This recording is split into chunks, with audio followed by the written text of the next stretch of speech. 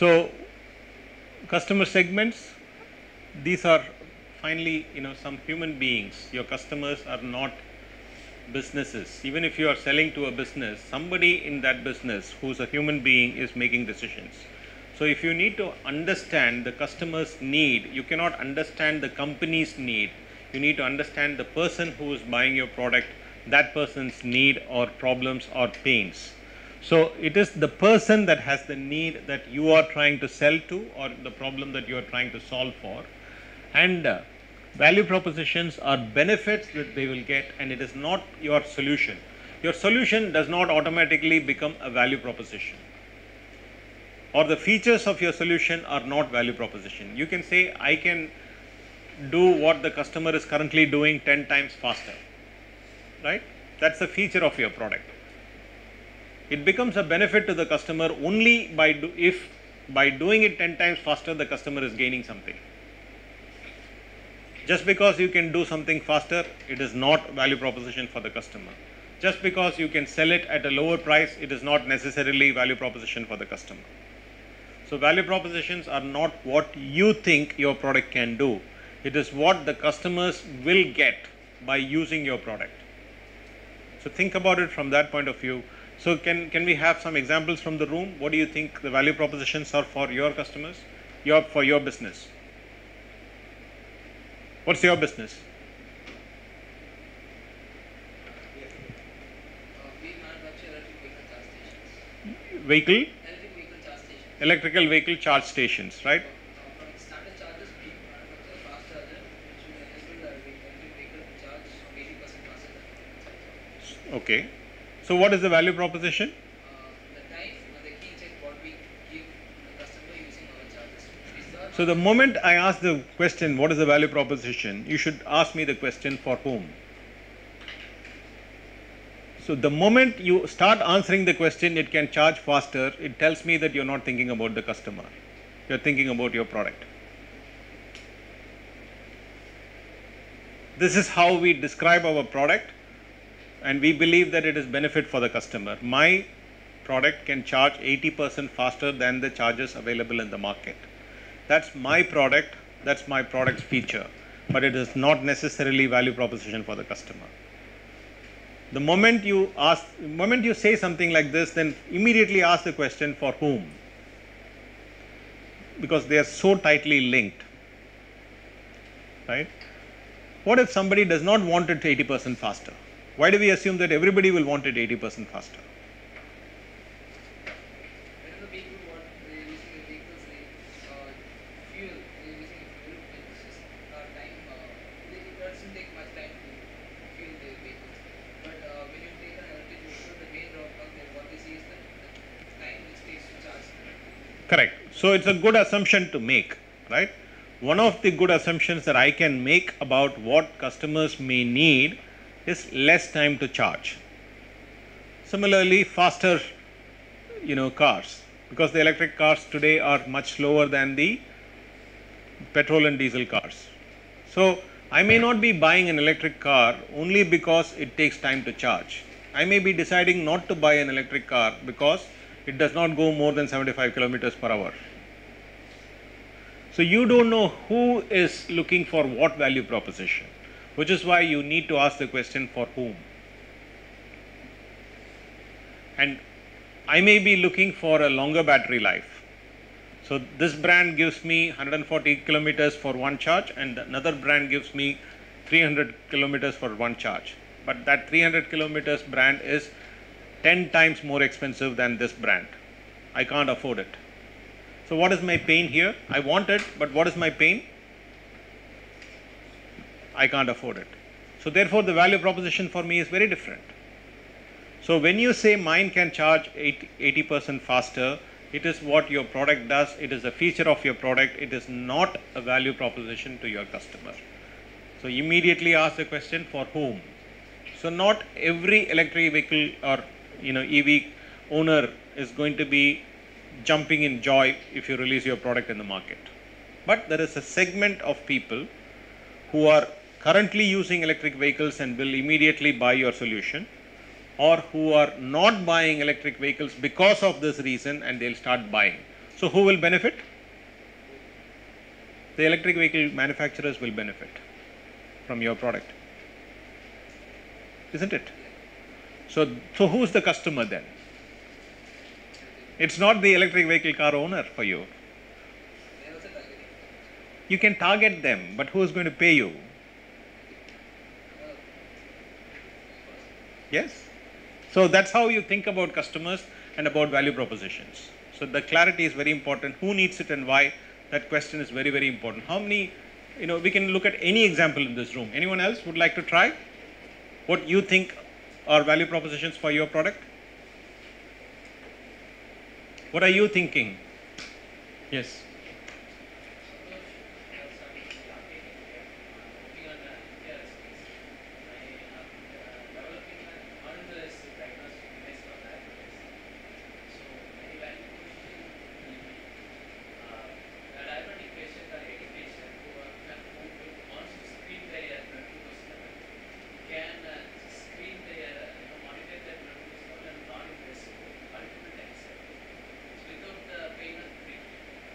Right.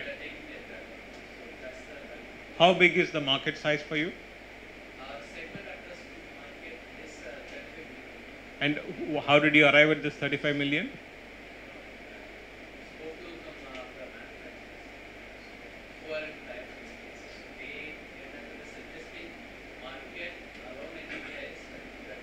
So there may be 35 million people who are diabetic, or there may be 35 million people who are testing their sugar levels at least X times in a month or in a quarter.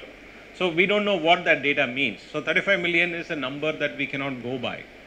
So your value proposition, according to you, is people can test their blood sugar levels any number of times in a day because they don't have to prick themselves. Right? But who will want it? That's the question. It sounds like a benefit, but you're building a business here, right? You're not trying to show the world that you have found something that is valuable. You want to make money out of that. Therefore, you need somebody to pay you. Who will pay you?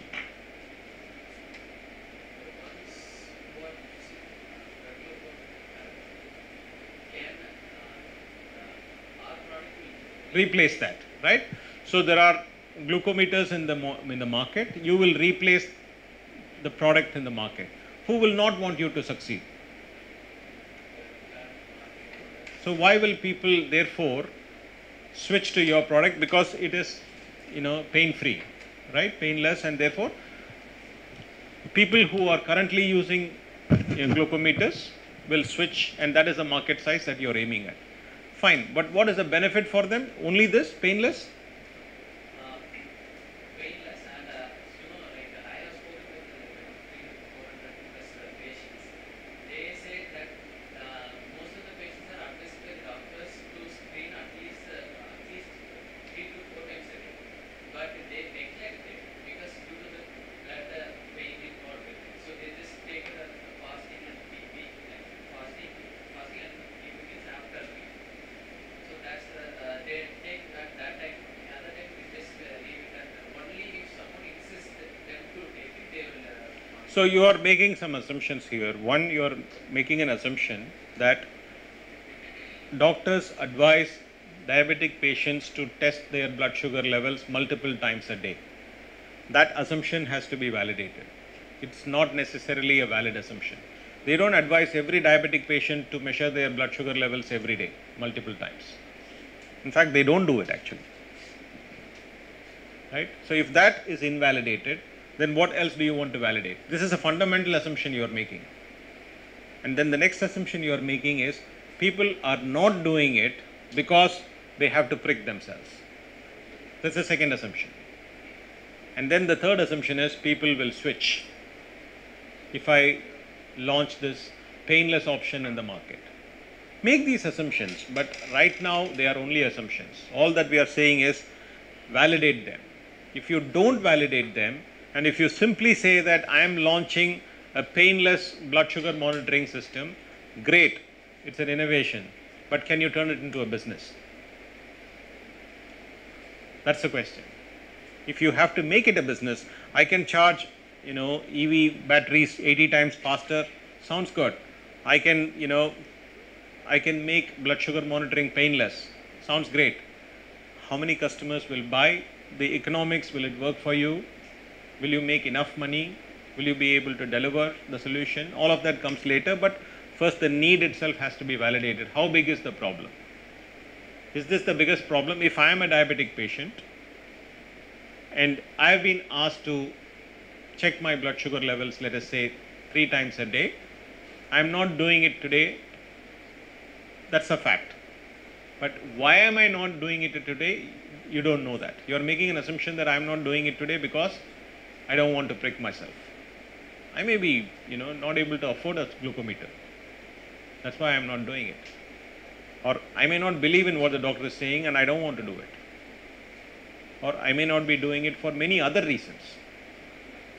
Right? That's what needs to be validated. So why do people want a painless option? Painless option is your feature. It's not a value proposition. Why people want that painless option and want to pay you money for that is the value proposition. Do you understand the difference between the feature and the value proposition? Right? So you can make the fastest car, you can make the lowest cost, whatever product that you are making.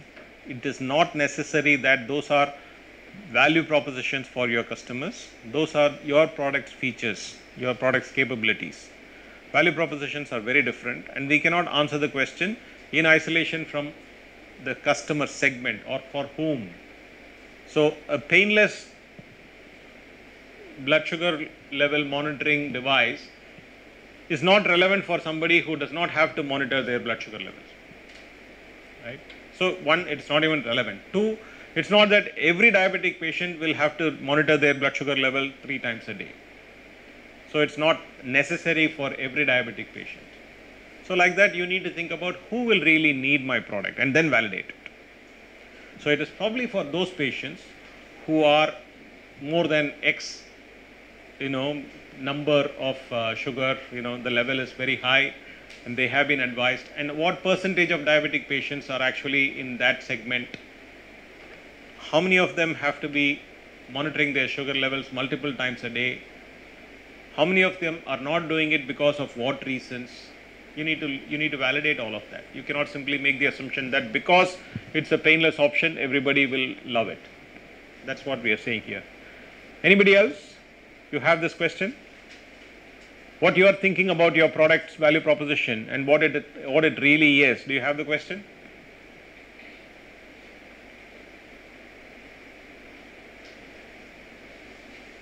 You're very clear about the value proposition? Give me one more example of a value proposition, then we'll move on. Yeah. Hi, I'm Suraj.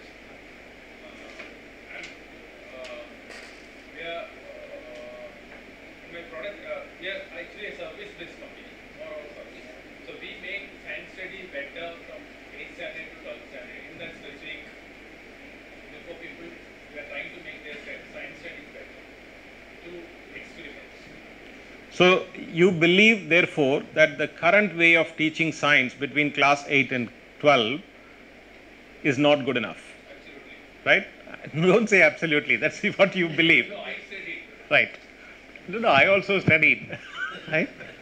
But that's your fundamental assumption or a premise on which your idea is being built. Number one.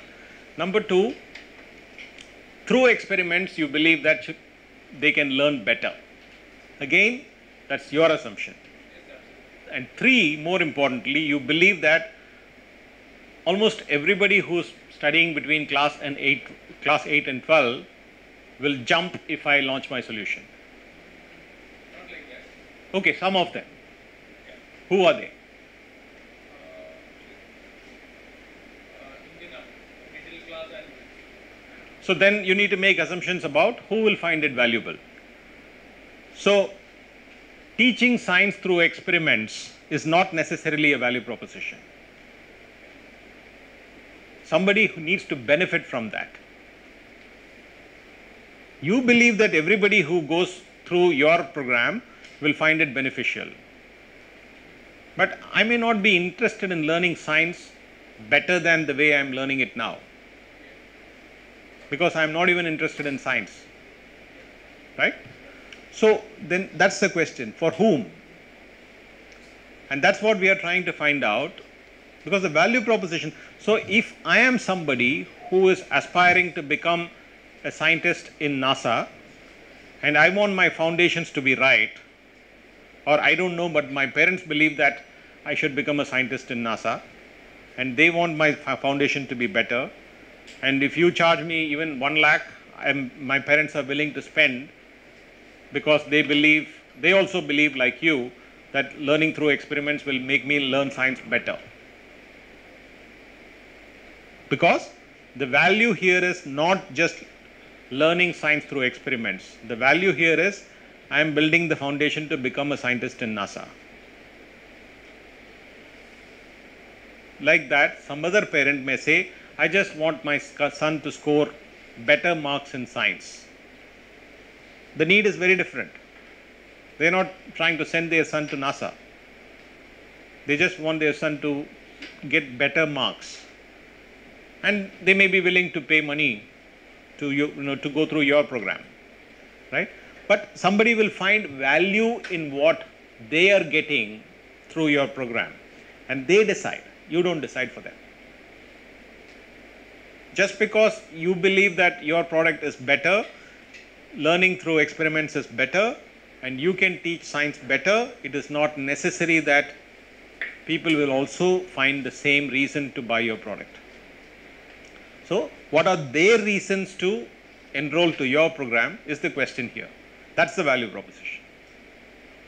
You say that better mark or So, there could be number of reasons, right? One of the benefits could be better scores in science. So, then who are looking for better scores in science is the next question. Not everybody who is studying in between class 8 and 12 are looking for better scores in science. So, who are those people who are looking for better scores in science, and for what? Just better scores or for something else? That's really how we do the discovery. We ask the question why, and then finally we understand the value proposition for which people are willing to pay money. Because at the end of the day, we are running a business here. This is not just proving to the world that learning through experiment is better. We want to build a business out of it. We want people to pay you. They need to have the right reason to pay you. They decide whether they should pay you or not. So, you need to understand the value proposition for them. Accordingly, if you have your product that meets their value proposition, they will be willing to pay you. So, it is nuanced. It is not something that, we usually think about. This is not how we think about. What I am saying is not what we usually think about. When we build something better than what we think is already available in the market, we believe that people will buy it. But that's not how businesses work, right? So, this is really where we start. This is critical. This is the first question, who needs it and why. If we don't have the answer with great clarity, then it's going to be very difficult for us to answer the next two questions. How can we deliver that value? Then you go to the business model canvas. There are other blocks in the business model canvas, which are, customer relationships, channels, key resources, activities, and partners. So, this is what these are the questions you answer in these boxes. Channels, for example, how do they like to buy? If I am launching a product that is, meant for senior citizens, and if I make that product available only online, will they be able to buy?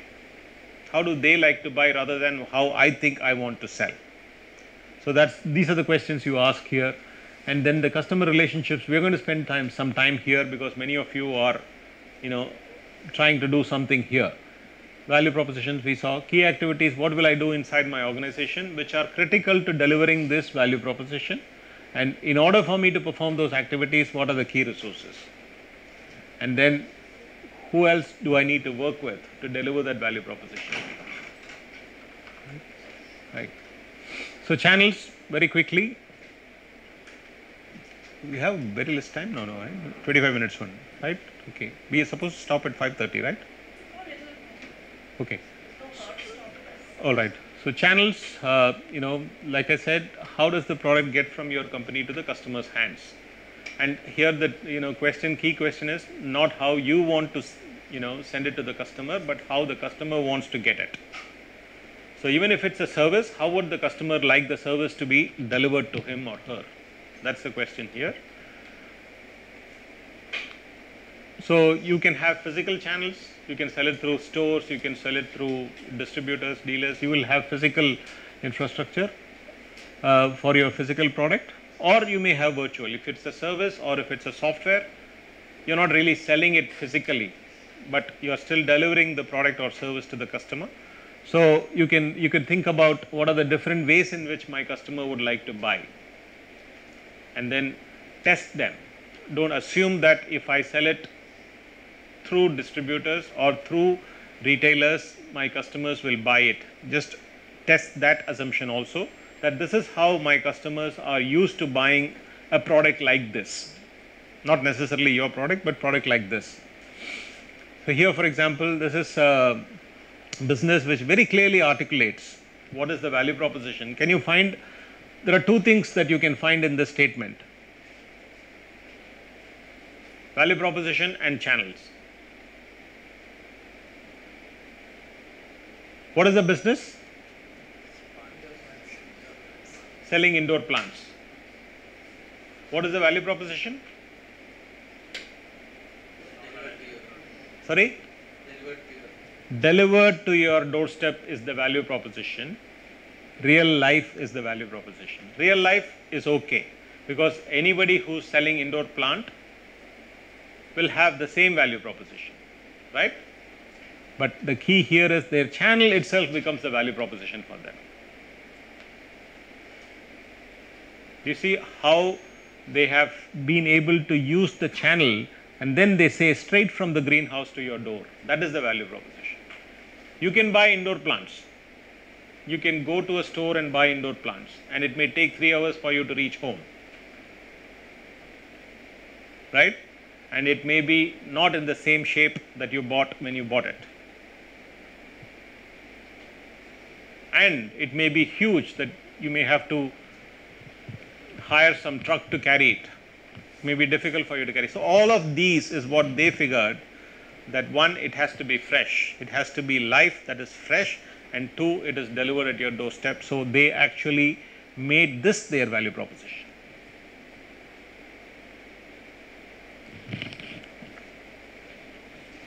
Make sense? Customer relationships, we'll be spending some time here. This is the get, keep, grow. This is the virtual loop, viral loop, and this is the, the funnel, and then how you grow. The funnel through which you keep customers, and then you grow customers. We'll see some more of this. Example, this is what? Google, right? But what is Google here? Search engine, right? That's how they started their business, right? They started their business as a simple search engine. But what business are they in now?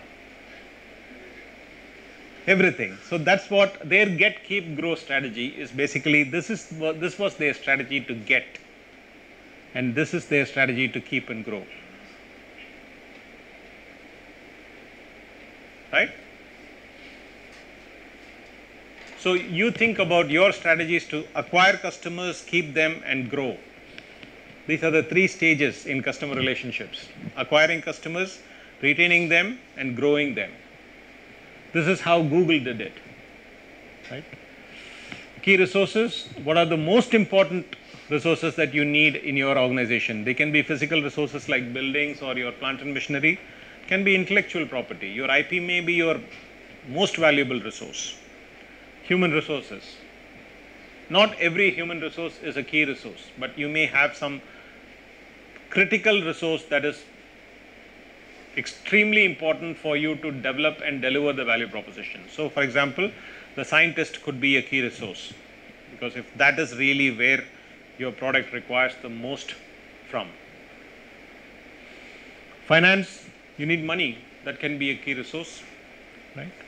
Partnerships, who are those people that I can work with who will do some of my key activities so that I don't have to do it. But the way I look at partners is not just look at them as outsourcing options. You don't say I am finding a partner who will attend calls.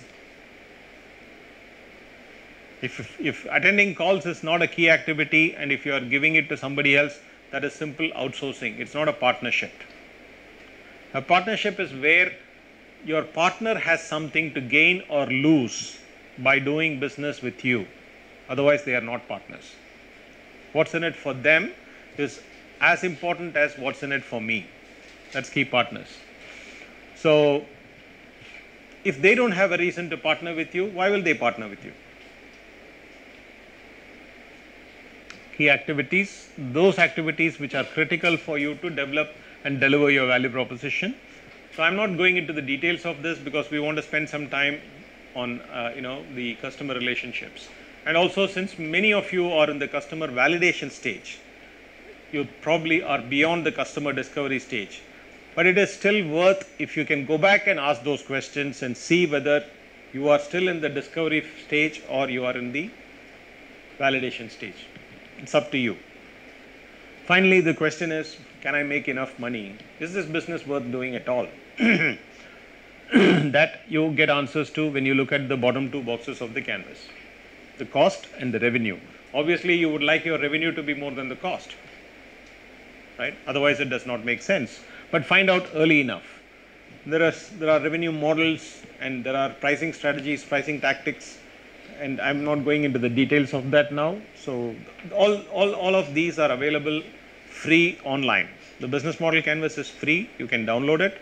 All the material about the business model canvas and the 9 blocks are available for free. There are videos available. There are materials available. You can watch them. You can read them.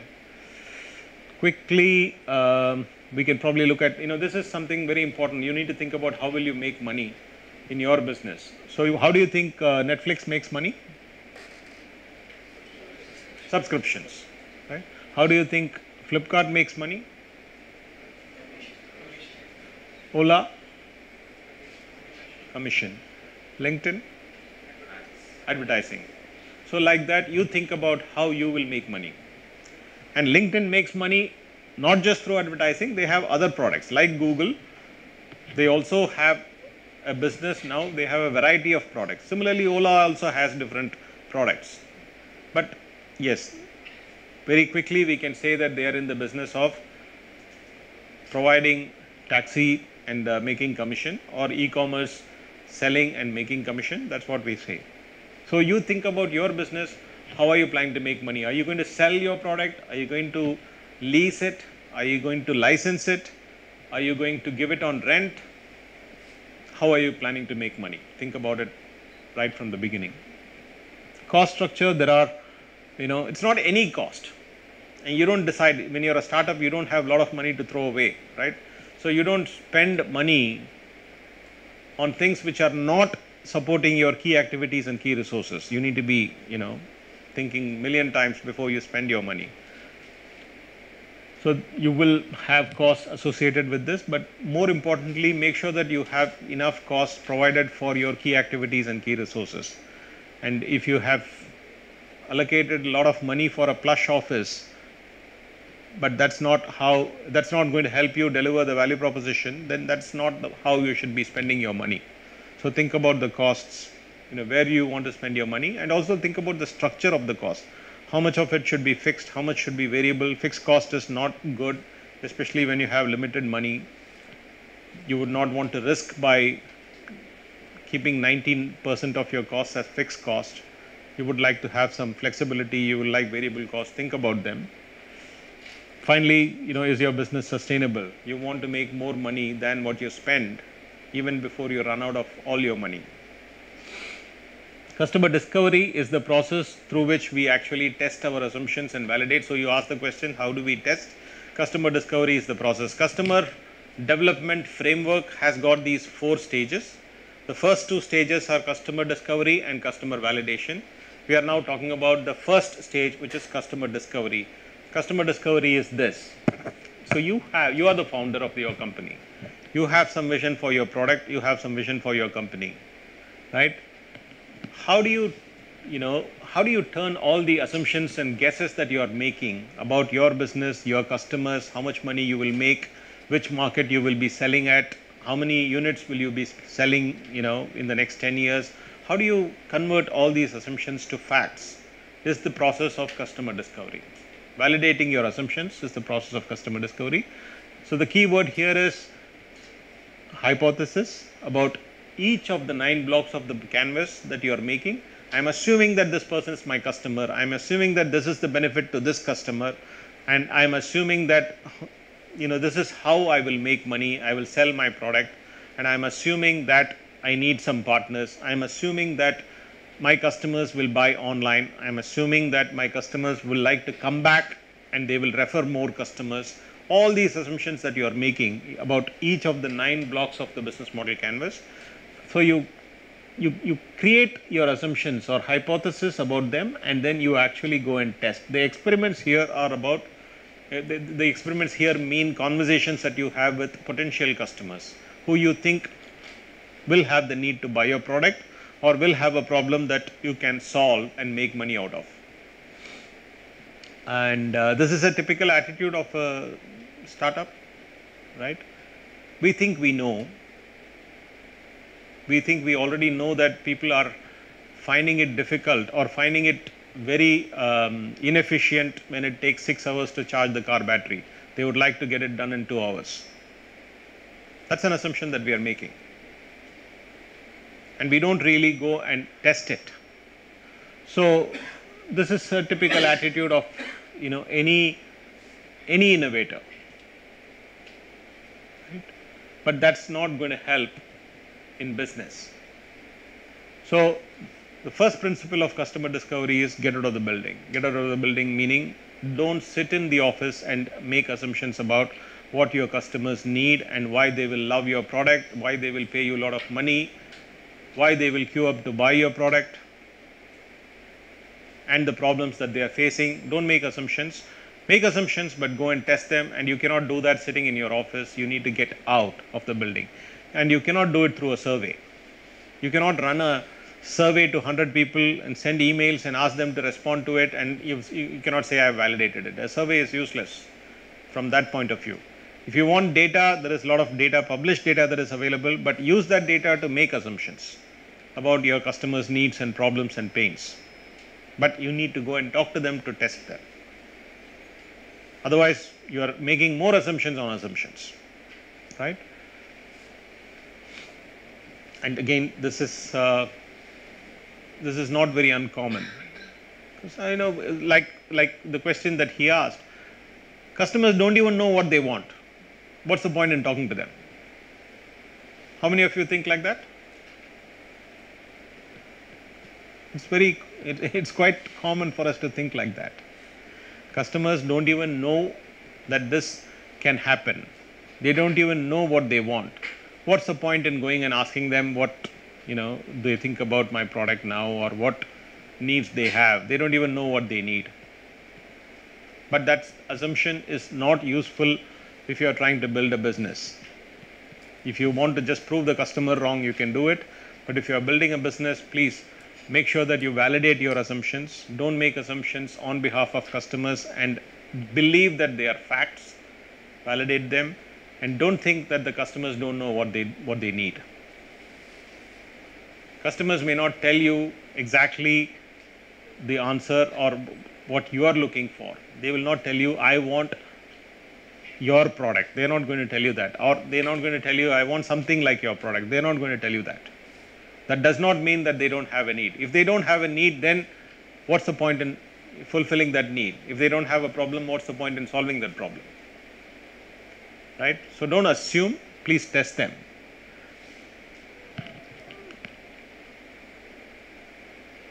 Customer discovery actually happens in 2 phases. The first one, what we call understanding the problem. Another military phrase is trying to understand the order of battle. You're trying to understand everything about the lay of the land. Where the customers, how they work, what's their industry like. You're actually trying to be your own market research firm. But this time, instead of paying some research company, you're trying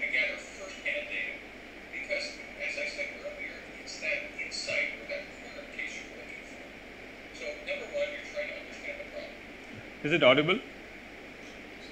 No, it's not audible.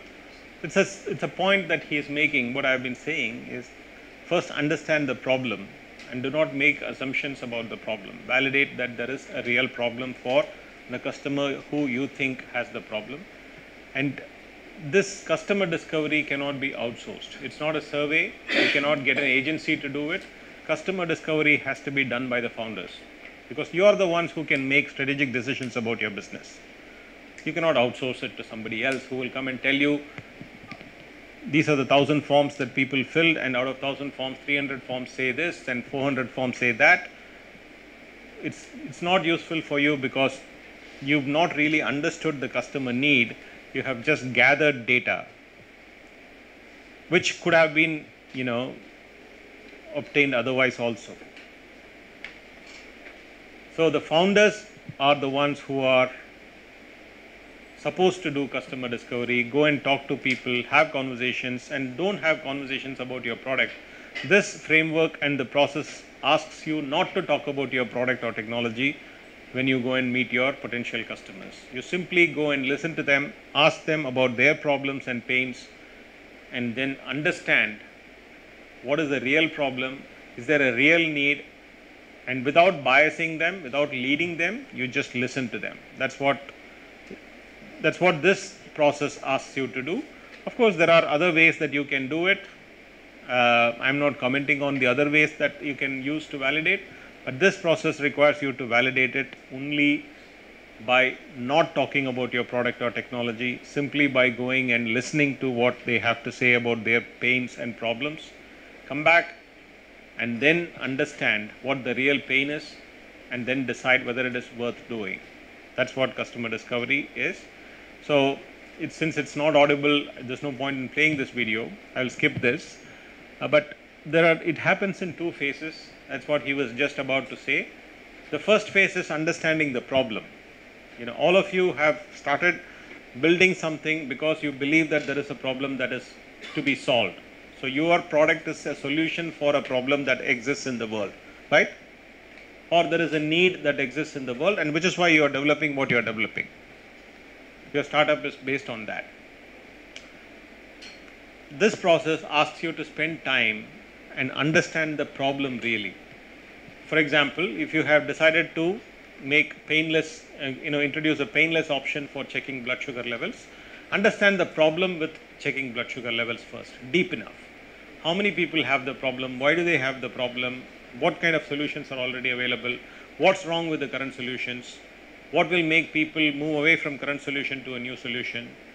Understand it well enough before you can decide that this is a solution that the world is looking for.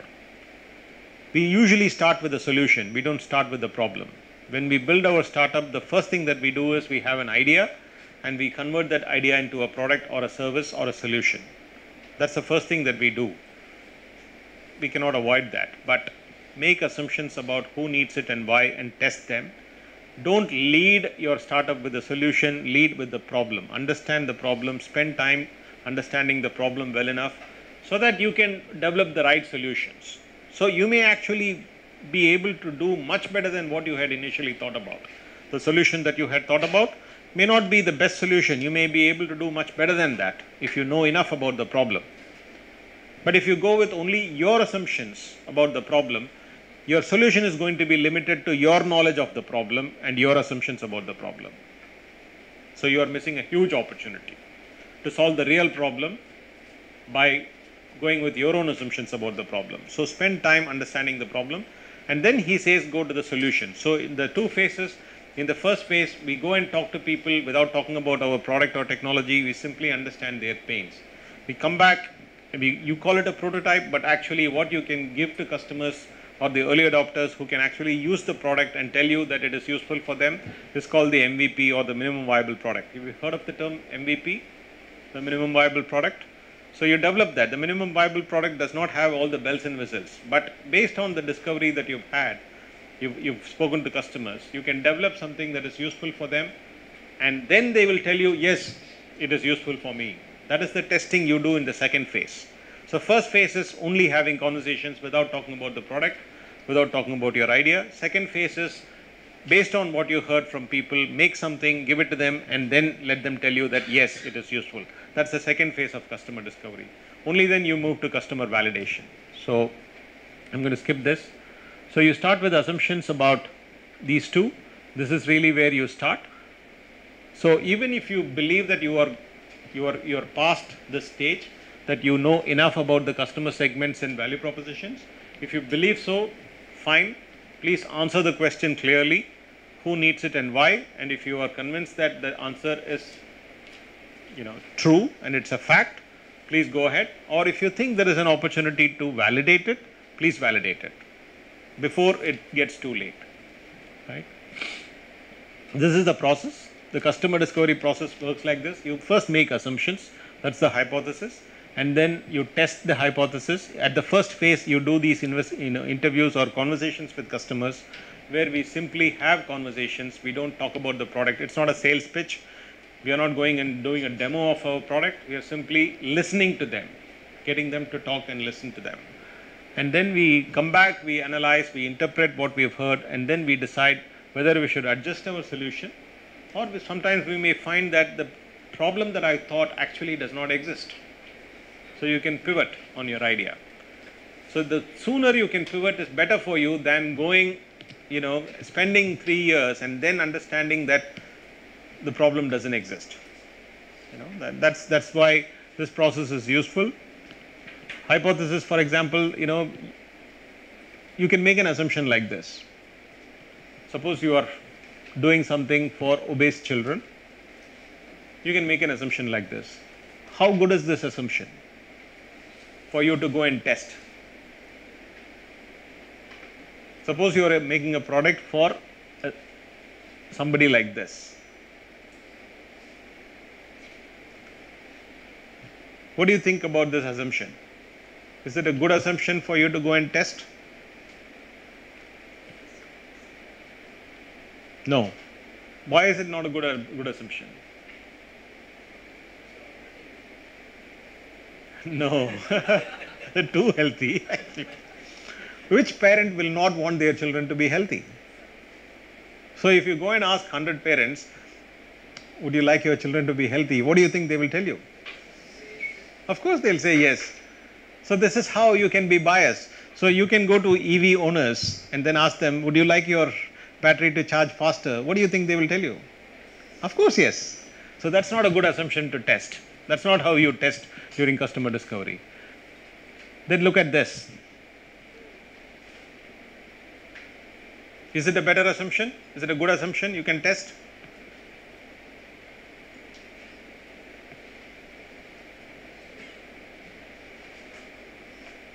Right? It is better. The challenge with this is you are testing two assumptions here which are not connected with one another.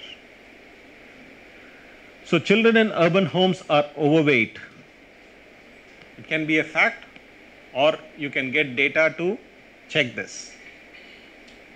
Right? So you don't really need to do customer discovery to find that out. Second is they don't get enough exercise. What we are really trying to test is we believe that children in urban homes are overweight because they don't get enough exercise. Instead of saying that, we said and they don't get enough exercise. Therefore, this is not a testable assumption. Better way to test is this, that their children are getting enough exercise. Because some parents may say it's okay if my child plays only once in a week. So it's not for us to assume that if a child does not play at least 1 hour a day, parents, or that's not good enough for them, not enough exercise. So that's our assumption. Parents may say it's okay if they don't play every day. It's okay if they played only once in a week. So that is what you can test. If your product is based on a fundamental assumption that it is going to be useful for people because parents are willing to pay money to get an alternative solution to get enough exercise for their children every day. Suppose your product is a play gym inside the house. In urban homes, it's difficult to get space to play, but I will provide something. If that is your solution, who is it useful for? Is it for every urban home? Is it for every parent? We need to test it. So some parents may say, no, it's okay. If my child doesn't play every day, it's okay. Or they are getting enough exercise in school, I am not worried.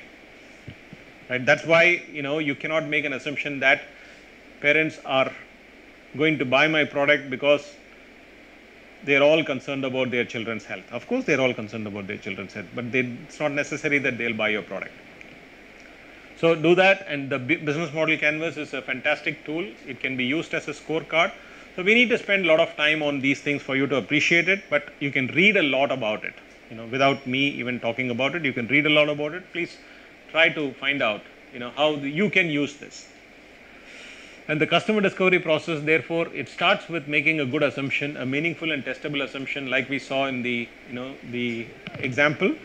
And then you are supposed to go and listen to customers. You are not going to sell. This is not an opportunity for you to sell, because the assumption here we are making is we don't have a product to sell. We are just trying to understand customer needs.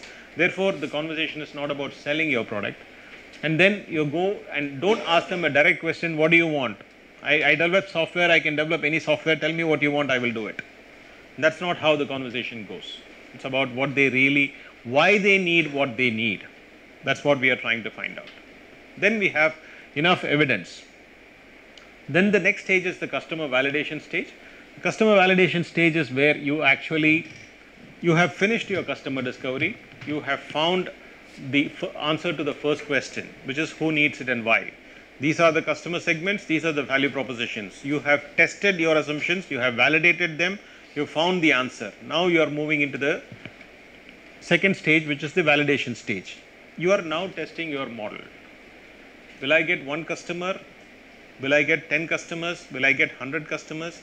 If I get 100 customers, will I be able to deliver to them? You start testing all of those. And how do I even get 10 customers? I got my first customer, but how do I get my first 50 customers? What is the strategy that I need to have? Should I be offering my product for free first for the first 2 months and then make it payable? Should I be giving them a discount if I need to acquire 500 customers? Or if I spend, or if I give a 10% discount, will I get 50% more customers? All these assumptions you can test at this stage. How many of you believe that you are at this stage? You are at this stage, the validation stage, so you have the answer to the first question. Who needs your product and why do they need it? But you are now testing the pilot is already with the customer. So when you say pilot, it is either the MVP or the real product. It's the MVP. So when you are testing your MVP, you are getting validation about the value propositions. So whatever value propositions you designed your product to deliver, are they getting delivered to the customer is what you can test when you are testing the MVP. This is beyond that.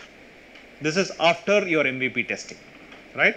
This is when you have completed your MVP testing, you have a product now, you're not scaling large scale, but you are going from your first paying customer to probably the first 50 paying customers. You are testing your assumptions about what are the right channels to sell my product through because they will buy it. What kind of customer acquisition strategies should I think about now so that I can go from 1 customer to 100 customers within the next 3 months? And all of those things come under the customer validation phase, right? So customer validation is, the second stage. If any of you believe that you are already in this stage, it's useful for you. This is what we will do here. These are the things that we are testing in this stage. One is you are testing not the technical capabilities of your product, but your ability to make the product for a larger number of customers. You can make your product once, 1 piece, 2 pieces, 5 pieces, 10 pieces, but can you make your product for a larger number of customers? That's what we are testing here. So here we are not testing the technical capabilities of your product, but your ability to make the product for a larger number of people. Right? That is in the validation stage. Then customer acquisition. Do I have the right strategies to think about acquiring new customers? How do I acquire 10 more customers within this month? How do I get 100 more customers within the next quarter? You start thinking about, you'll start making assumptions about your acquisition strategies. One strategy could be discounting, one strategy could be giving it free and then charging, one strategy could be going and participating in large exhibitions where you will get a lot of people walking in, and the relevant people will be in that in that exhibition, and you can sell more. So you will think about different strategies to go to a certain level before you can scale to a larger extent. So you are testing your customer acquisition strategies. You can test your pricing here because you are now really selling. You are not doing a pilot anymore, right? You are not testing your technical capabilities. You are not testing your MVP. You are actually selling your product in the market. So if you believe that customers find my product more expensive, this is the best time to test it. So I will test it at a certain price, and if that is actually not taking off, then how do I adjust my pricing? Because pricing, if you have done value-based pricing, it's very subjective. So you also need to respond to the customer needs here. So that's what you test here. And then your distribution channels. You may have assumed that I should have a distributor, a dealer, and a retailer, or you may have said I will sell directly to customers. All of this can get tested here during this stage. So if you are in this stage, it is good to test these, make assumptions about them and test them. If you believe that you are already past the MVP testing stage, if you have the answer to the first question, who needs it and why, now start testing these, right? But you can test them by design rather than trying to sell more every day and getting frustrated. Many of the startups, I know startups which have had very early success. There is a startup who is in the IoT for manufacturing space. Even before they completed their product development, they had their first customer, right? And the first customer happened to be a neighbor in the incubator. Because they knew about this product, they said, no, I think I will need it. So the startup was very happy, and the neighbor, in the incubator referred to another friend. They had the second customer. They believed that they have now arrived. For 2 years, they didn't get a single customer after that. What do you think could have happened? 2 people have already bought it. They paid for it, but they didn't get a single customer for 2 years after that. That's because they didn't really test any of these. They assumed that now it is done. And they were actually testing it with the wrong people. So that's what we will see when we do what we test during this stage, in the customer validation stage. What do we really need to test when we are trying to do customer acquisition? So we'll focus on customer acquisition. That comes under customer relationships, where you see this funnel, get, keep, grow. So this is how you create the funnel. You make people aware of your product or your service. You can either, pay to advertise, or you can earn when people write about you in newspapers and magazines and blogs, etc., etc. So that's free demand, and there is paid demand. You create paid and free demand, and that's the funnel, and then it goes through. So if you are selling a physical product, for example, these are the different stages that the customers will go through. First, they will become aware of your product. Second, you will create enough interest, or they will have enough interest in the product. Then they will actually start considering whether they should buy your product, and finally they buy the product. So if 1,000 people are entering the funnel, it's not necessary that all the 1,000 will be here. Probably 100 will end up actually buying your product. So if you are forming your customer acquisition strategies, you need to create enough demand. If you are targeting that you want 50 customers by next quarter, see how much demand you need to create, because they will go through these stages. What are your strategies for paid demand creation and earned demand creation? And what are your strategies to create enough interest and make them consider and make them buy your product? So then finally you get customers. Then you need to keep them for a while. Not just for the sake of keeping them, but also to make it economically viable. You have spent money to acquire them. You've spent money here. You've spent money here to acquire them throughout this funnel. And then you don't want to lose the customer just after 2 days, right? Then the money that you have spent here probably is more than the money that you have earned from them. So what is your strategy to keep them with you? And then they can then refer you to other people. You can grow businesses by introducing new products, or you can even get referrals from existing customers. So what are your strategies to grow? So this is really, what customer relationships, the viral loop that we talk about. These are the three stages: get, keep, and grow. What assumptions are you making about your acquisition strategies? Any of you?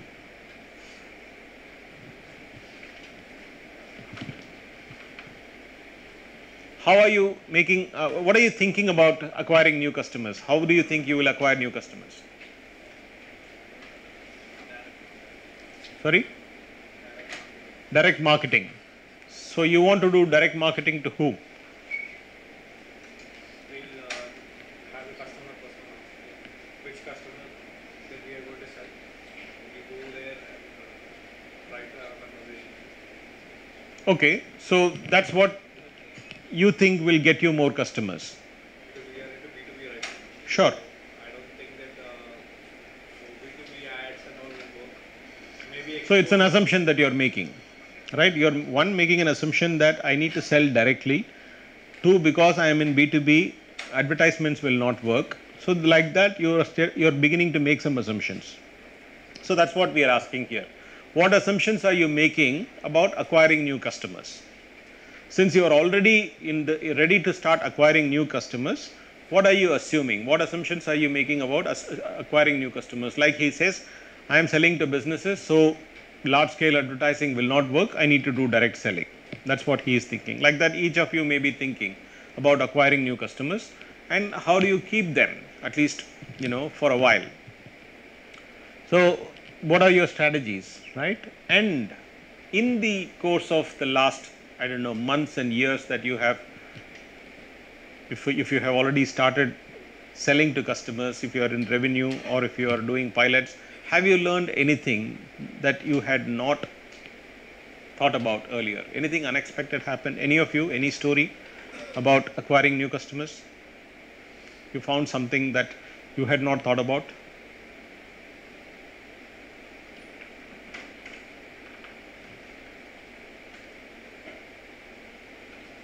No? Is it because you've not started selling, or is it because you've not learned anything new? You knew everything even before you went there. It's not that we get something unexpected, we were expecting something, but we got more information from the customer. That is when you are trying to keep them, right? So we know more of their pain points so that we can address it in a different way. Fine. It is not one solution. But look for these because you may get a lot of insights. So if you have a design and if you have a strategy for customer acquisition, you will get insights and use them. If you don't have a design and if you don't have a strategy, you will simply miss them, right? So make assumptions, validate them, and in the process, get insights and use them. Don't miss them, right? And what drives your customer acquisition and retention strategies and even growth strategies? This is very important. This is what actually primarily drives your strategy. Pricing and everything comes later. Pricing, discounting, etc. Those are actually, they're not necessarily strategies. They are very tactical. But what really drives customer acquisition is this: how well do you understand the person that you are selling to? How well do you understand their needs? How well, do you understand about what matters to them? Who influences them? Even advertising, for example, if you have to decide not to do some form of advertising, you need to know why that is not relevant for them. What influences them and who influences them? So the entire ecosystem, you need to understand. Suppose you are selling a medical or a health, a medical device, you need to understand the entire ecosystem. Probably there are some influences. Who are those influences? How do we build our customer acquisition strategies around them so that they can influence the buying and so on? So this is very important. So if you are forming your strategies about customer acquisition, don't just go and try to sell more. Don't just try to spend a lot of time and efforts trying to sell more. You may get very disappointed or frustrated at times because you're putting in a lot of efforts. Instead, actually think enough about the people that you are selling, understand their needs, understand who are their influences, understand their buying process, spend time in understanding these, then you can come up with the right strategies. Then your efforts are a lot more, rewarding. than what you are putting in, right? So a lot of startups say, you know, I tried for 2 years, the same company, first two customers came very easily, then they waited for 2 years, nothing happened. In those 2 years, they spent a lot of money, they met a lot of people, they did a lot of demo, and what was missing really was they didn't understand the archetype really well. They were going and selling their solution to the people on the shop floor, and they all said, we love it, can I have it tomorrow? Unfortunately, they are not the decision makers, they are the users. The people who had to make the decision and pay for the solution were completely away from the people that I was meeting. And then they went and did demo to the senior management, and the senior management said nice demo, but they didn't still give them a purchase order, because the product was not solving anything for the senior management, it was solving the problems only of the user. So they were not able to understand the value propositions for the decision maker, and they were spending 2 years talking to the wrong people. Which is why it's very important. If they had understood what the VP of manufacturing is looking for or the CEO is looking for, accordingly, if they had created the value propositions, they would have had many more orders. So this is one example where the wrong understanding or lack of understanding of archetype can slow you down or can make you wonder why you are not getting more customers. Okay. So customer archetypes, this is again just to re-emphasize the point. You need to really understand them well, and you also need to be sensitive to the cost. You don't want to spend a lot of money trying to acquire a customer. You need to run a viable business. So how do you actually look at the customer acquisition cost and the value? These two numbers are very important. You need to learn how to calculate this. It's extremely important, otherwise you will be spending a lot of money. Suddenly you will realize that I'm not making money or I'm losing money. Why am I losing money? I don't know. So this is how it works. The acquisition cost is how much do you spend to acquire a customer. So a lot of times the startups say my product will sell more because it's going to be cheaper. How do you even know that it's going to be cheaper in the market? You're only looking at the cost of making the product, and that's why you are selling. The value proposition is lower cost, and people will buy it because it's 20% cheaper than the products available in the market. You cannot make that mistake because you don't know how much money will you be really spending to acquire a customer. You're only looking at the cost of manufacturing. Suppose it costs 10 rupees to manufacture, and the market, in an alternative solution is selling it at 100 rupees. You will say, I will sell it at 90% cheaper rate, or you will say at least 50% cheaper than existing solutions. But when you actually go and sell to the number of customers your competitor is selling to, you will be surprised that you will not be able to sell it at 10 rupees or even at 100 rupees. Your cost may be even more than the cost that they are incurring. So think about customer acquisition cost. I'll just show you what goes into calculating the customer acquisition cost. Don't just look at the cost of making your product. That is not the cost that you should be looking at. Lifetime value is how much money can you be making from that customer. If your customer will stay with you for 3 years, in 3 years how much money will you make? If your customer will just buy your product and disappear, that one time value, how much will you get from the customer? You compare that and then you decide. So the customer acquisition cost is all the money that you are spending.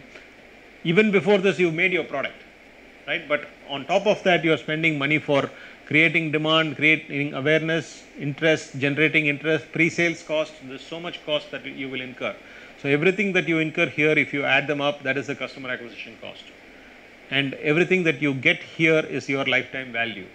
The customer stays with you, continues to pay you money, and probably even refers, and therefore you make more money. That's the lifetime value.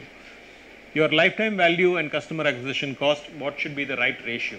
Suppose your customer acquisition cost is 100 rupees, and if your lifetime value is 3000 rupees, is it good?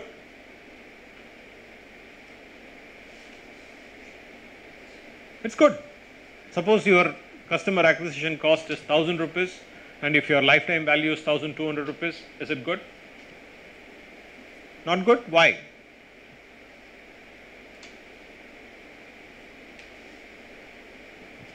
Your cost is 1000 and you are earning 1200. Is it good?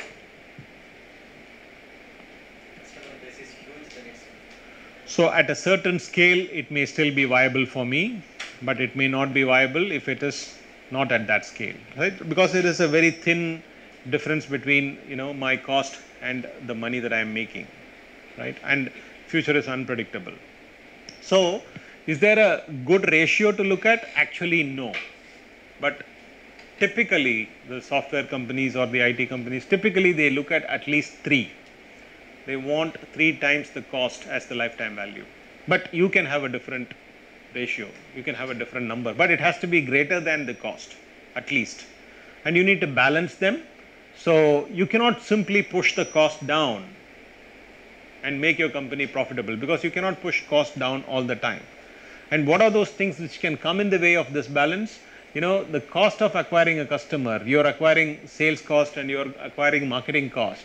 And what can help you reduce your cost of acquiring a customer is generating a lot of free demand using social media, for example. But if you depend only on social media for demand generation, you may be missing a lot of sales. So you need to balance it. Don't try to push the cost down and increase the revenue. It's not going to happen. You need to keep them in balance. Similarly, when you are making money, you will always want to make more money, but what are those things that will come in the way of making more money? You need to be careful, and then you need to balance it when you are monetizing. So this is how the economics work. So you spend some money to make your product, right? Typically, we believe that this is the cost, and therefore I believe that my product will be cheaper in the market. Big mistake.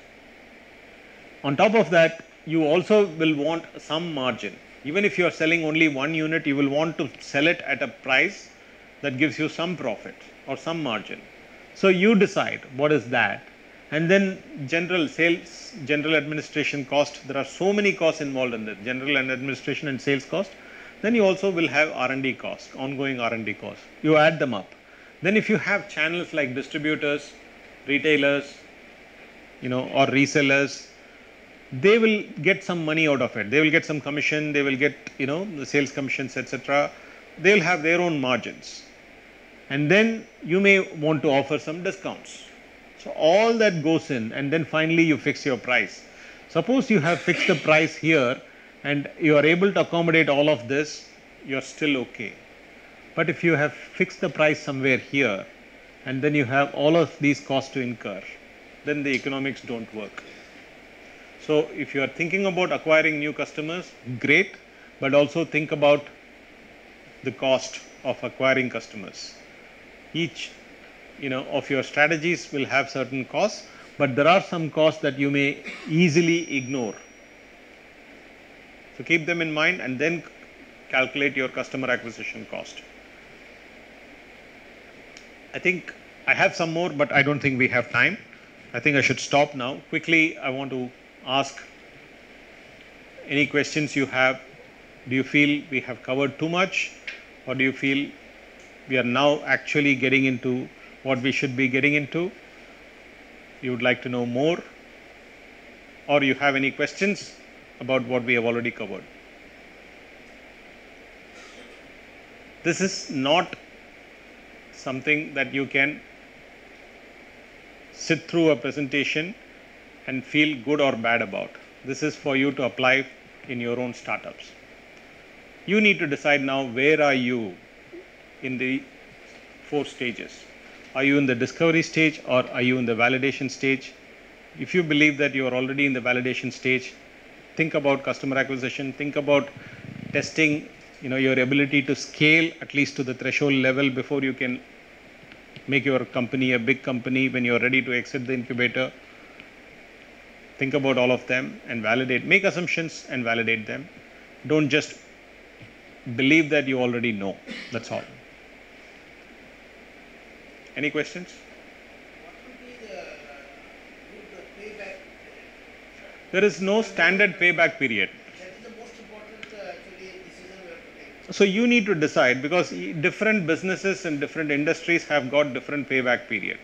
There are some industries, It can wait for years. the nature is they are very capital intensive. They are able to sell in a cheaper rate, but they know very well that at the end of few years they will get back. Correct. But as a startup, we would like to be profitable sooner than later.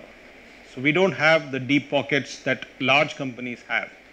So when we set up the company, the company Tata Sky, we knew that we were not going to make money for 7 to 10 years.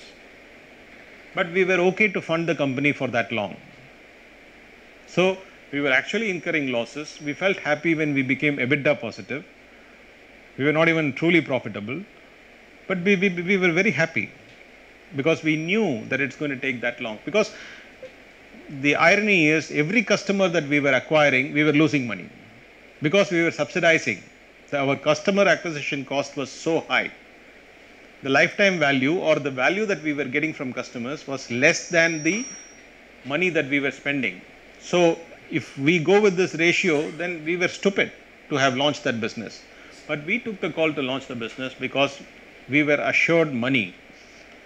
We had the money to survive and even grow our business for 7 years. But now we are profitable. Now they are profitable, not we. Right? So different industries have got different payback period. But as a startup, how long can you wait?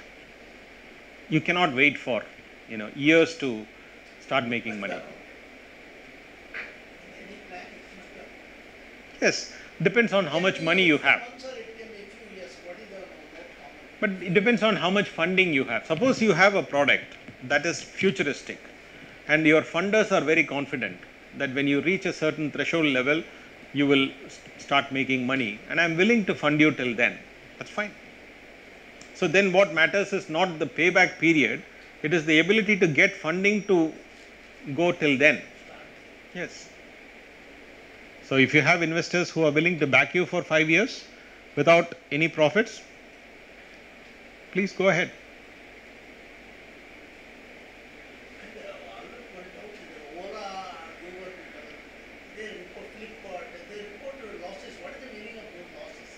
So they are like the Tata Sky business, for example, they know that they are not going to be profitable, right? But what they are doing is building their companies for the future. There is a valuation. So for example, Flipkart sold to Walmart. The startup founders made their money, and Walmart sees some value in buying that company because it is a strategic investment that they've made. It fits in their plan, right? So therefore, it makes sense for them to continue to make losses, but their valuation is very high. So Flipkart proved that the valuation that they got or whatever they had assumed was worth waiting for, because Walmart bought it at a very high price. For the amount of money that they paid, it was a fantastic deal for both sides actually. There are many businesses now who are not profitable, but they attract great funding because there is a belief in the model, in the business model. Any other questions? Anyone? Anything that Is there, just out of curiosity, is there any companies who does this business? I mean, they will go and they will give to clients as a service. I will do it for you if you pay money? No, there's no company like that. It's just that, like I said, the founders have to do it. There is no alternative. If you get somebody else to do it, it's not useful. You have to do it yourself. But I can create a good business model and I can do it for you.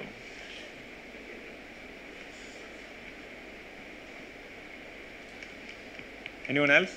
I know this has not gone into the details of anything that we discussed today.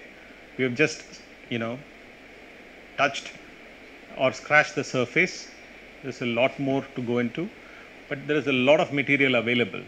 Now that we've had this opportunity to talk about some of these, they are not theory. They are not for you to read and understand. They are for you to truly apply to your business models and make your startup successful. Enough material and videos are available online. Everything is free. You don't need me. Please look at them, and then you'll probably get some value, and then you can apply it to your businesses. Right? Thank you. Thanks for your time. Thank you so much, sir. Just to mention that I mean, sir has done a wonderful job trying to cover in 2 hours, something which requires days, perhaps even months, what he does at IIT Madras. But we are hoping to have a follow-on workshop as well. Hopefully, we'll kind of plan it out with sir, which is for the startups of IIT Madras Incubation Cell and RTBI. We will circulate that information. That will be a more intensive one-on-one workshop, which we hope you will all leverage. So. That will be for your, yes, for your individual businesses. So we will circulate that information, and hopefully there'll be a lot of homework which you'll do and come prepared for the session. We'll circulate that information in due course, yeah. And just as a token of that appreciation, so could we have a good round of applause for this?